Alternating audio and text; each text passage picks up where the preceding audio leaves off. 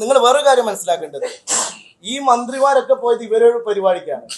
National NGO കോൺഫെഡറേഷന്റെ ഒരു പരിപാടിക്ക് ഞാൻ പങ്കെടുത്തിട്ടില്ല. ഇവരുടെ കൂടെ ഒരു വേദി ഞാൻ പങ്കിട്ടിട്ടില്ല. ഇവരെ കമ്മിറ്റിയിൽ ഒരു മെമ്പർഷിപ്പ് എനിക്കോ എന്റെ സംഘടനക്കോ ഇല്ല.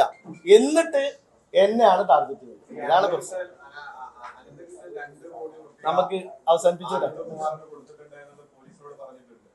അല്ല, ശരിക്കും അല്ല, നിങ്ങൾ പറഞ്ഞ വളരെ കറക്റ്റാ.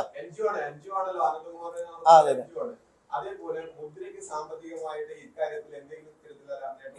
എന്ത് ചോദ്യമാണ്? ഞങ്ങൾ പൈസ പോയിട്ട് ഇവിടെ ബേജാറായിട്ട് കുത്തിരിക്കുക. ഞങ്ങൾക്ക് എവിടുന്ന് പൈസ ഇല്ല, ഒരു നയാ പൈസ ഞങ്ങൾക്ക് കിട്ടി. ഞാൻ അതിലേക്ക് അല്ല, എന്തായാലും അങ്ങനത്തെ വയ്യാവയിലൊക്കെ എടുത്തു വെച്ചാൽ CPIM അത് അനുഭവിക്കേണ്ടി വരും. കാരണം ഇവിടുത്തെ CPIMകാർ അത് അനുഭവിക്കേണ്ടി വരും. ഞാൻ അത്രേ പറയുള്ളൂ.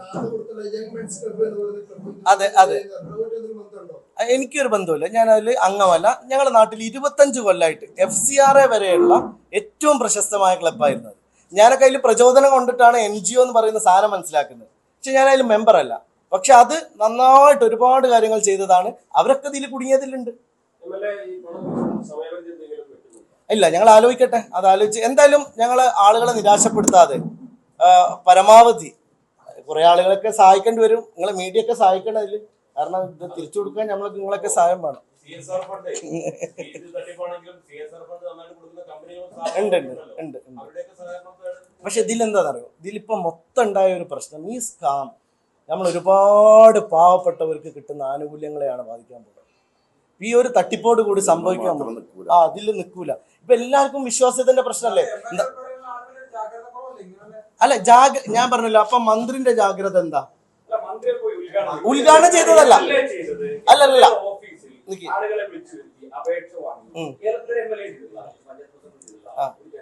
ഉണ്ട്. പഞ്ചായത്ത് പ്രസിഡന്റുമാർ നിരവധി ഉണ്ട്. അവരെ സ്വന്തം ഓഫീസിൽ വെച്ച് അല്ല, ഞാൻ പറയട്ടെ ഷംസു ഇതില് നിക്ക്, ഞാൻ കൂടുതൽ സംസാരിക്കുന്നില്ല. ഞാൻ ഇതിൽ പറയുന്ന ഒരു കാര്യം, ഞാൻ എൻ്റെ ഓഫീസ് ഇതിനു വേണ്ടി വിട്ടുകൊടുക്കണമെങ്കിൽ എനിക്കൊരു സംശയമെങ്കിലും ഉണ്ടെങ്കിൽ ഞാൻ ചെയ്യും. രണ്ടാമത്തത്, നമ്മളെ മന്ത്രി പറഞ്ഞൊരു വാക്കുകൾ കേട്ടോ, ഞാൻ നിങ്ങൾക്ക് വീഡിയോ തരാം. അതിൽ മന്ത്രി പറയുന്ന ഒരു കാര്യം, എല്ലാ NGOകളെ പോലെ അല്ല ഈ NGO കോൺഫെഡറേഷൻ. നിങ്ങൾ വിശ്വസിക്കൂ, ഇത് ഗവൺമെന്റ് സർട്ടിഫൈ ചെയ്യുന്നു. എന്റെ പിന്തുണ മാത്രമല്ല, ഇത് കേരള ഗവൺമെന്റ് ഒരു പുതിയ മിഷൻ പോലെയാണ് ഏറ്റെടുക്കുന്നതെന്ന് പറഞ്ഞു മന്ത്രി. എനിക്ക് വിശ്വസിച്ചൂടെ? മന്ത്രിയെ എനിക്ക് വിശ്വസിച്ചൂടെ? അപ്പൊ എന്റെക്കാൾ വലിയ പ്രതി ആരാണ്? ഞാൻ ആ മന്ത്രിയെ കണ്ടിട്ടാണ് പൈസ കൊടുക്കുന്നത്. അതാണ് ശരി. ഓക്കെ.